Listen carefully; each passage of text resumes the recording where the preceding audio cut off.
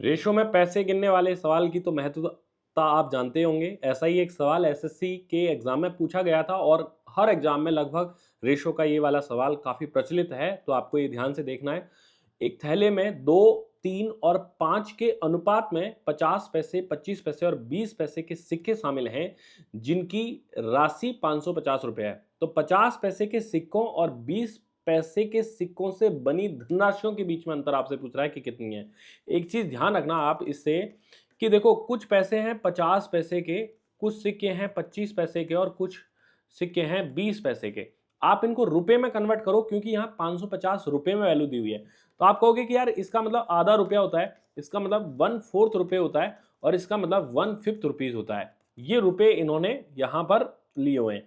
ठीक है, अब ये जो सिक्के हैं ना वो 2, 3 और 5 के अनुपात में है। 2, 3 और 5 के अनुपात में है। ठीक है, वो थोड़ी टेढ़ी लाइन यहाँ पे खींची।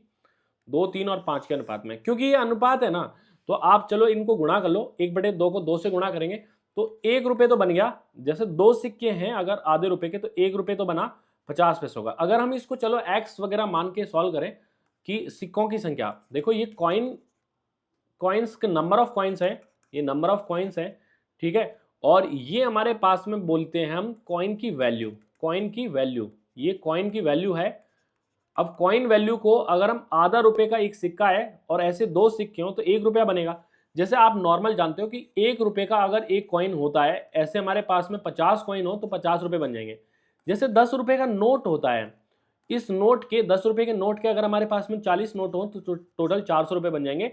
यानी कि कॉइन वैल्यू या नोट वैल्यू को अगर हम नंबर ऑफ नोट से या कॉइन से गुणा कर दें तो हमारे पास टोटल रुपया बन के आता है। यहाँ टोटल रुपए दे रखा है, इसलिए हम कॉइन वैल्यू और नंबर ऑफ कॉइन्स को गुणा करेंगे। तो 2x को जब हम 1/2 से गुणा करेंगे, यहाँ पर 2x ले लिया है मैंने अगर मान लो, तो हम 2x को 1/2 से गुणा करेंगे तो हमें यहाँ x मिलेगा, प्लस 3x को 1/4 से गुणा करेंगे तो 3x/4 मिलेगा, और 5x को 1/5 से गुणा करेंगे तो x रुपये मिलेगा।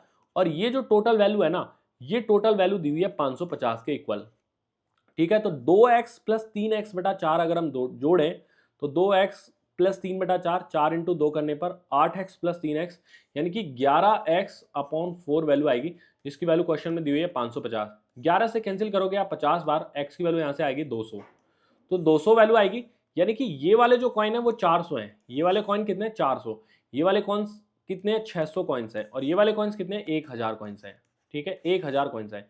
हमसे पूछा क्या है 50 पैसे के सिक्के, मतलब 50 पैसे के सिक्के हैं 400। ठीक है, और 20 पैसे के सिक्के जो कि कितने हैं 1000। ठीक है, तो इनके द्वारा बनी गई धनराशियों के बीच में अंतर क्या है। अब समझो आपकी 50 पैसे के अगर 400 कॉइन हो तो क्या 200 रुपए बनेंगे, या आधा रुपए का कॉइन हो और 400 सिक्के हो तो 200 रुपए बनेंगे। और 1/5 यानी कि 20 पैसे के अगर 1000 कॉइन हो तो भी 200 रुपए बनेंगे। दोनों के बीच में अंतर जो है वो 0 रुपए का रहेगा, जो कि ऑप्शन डी में दिया हुआ है।